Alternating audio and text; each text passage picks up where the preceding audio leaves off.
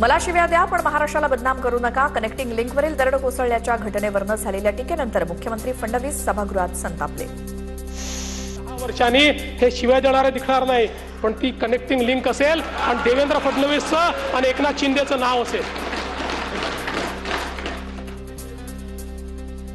पण माझा आक्षेप या गोष्टीला आहे, मला बदनाम करा पण महाराष्ट्राला बदनाम करू नका. जनक उत्तर विचारत नाही ते मुख्यमंत्र्यांना शिव्या देतात. राज्याची बदनामी करणाऱ्या भाडोत्रींना सोडणार नाही, फडणवीसांचा इशारा. हमारे जयंतराव जी ने सही बात कही, इनको कुत्ता नहीं पहुंचता, वो आजकल सोशल मीडिया पर आकर सबको गाली देते हैं, मुख्यमंत्री को भी गाली देते हैं.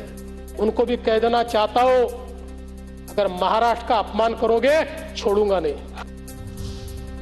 वसई विरारसह नालासोपारा परिसरात सलग 5व्या दिवशीही पूर परिस्थिती. लोकांचा रुळावरनं चालत प्रवास सुरूच. वीज पुरवठा ठप्प असल्यामुळे पाणी सुद्धा मिळेना. जनजीवन विस्कळीत झाल्यामुळे लोकांचा संताप.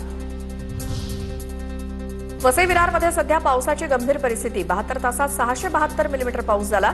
मदतीसाठी जिल्हाधिकाऱ्यांना निधी दिला. मुख्यमंत्री फडणवीसांची माहिती.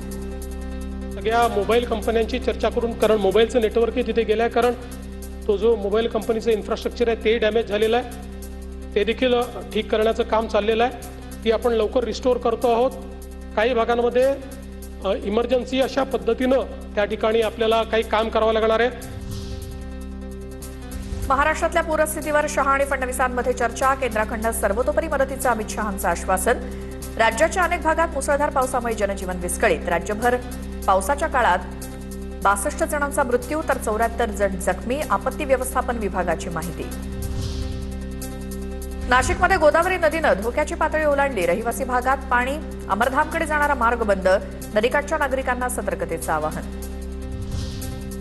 नाशिकच्या मुसळधार पावसामुळे भीषण स्थिती. मिलिंदनगर परिसरात घरांमध्ये घाण पाणी शिरलं. नासर्डी नदीला आलेल्या पुरामुळे जनजीवन विस्कळीत. मुसळधार पावसानं सिंहस्थाच्या पूर्वतयारीला फटका. पालिकेनं सिंहस्थासाठी उभारलेलं तात्पुरतं ऑफिस गेलं वाहून.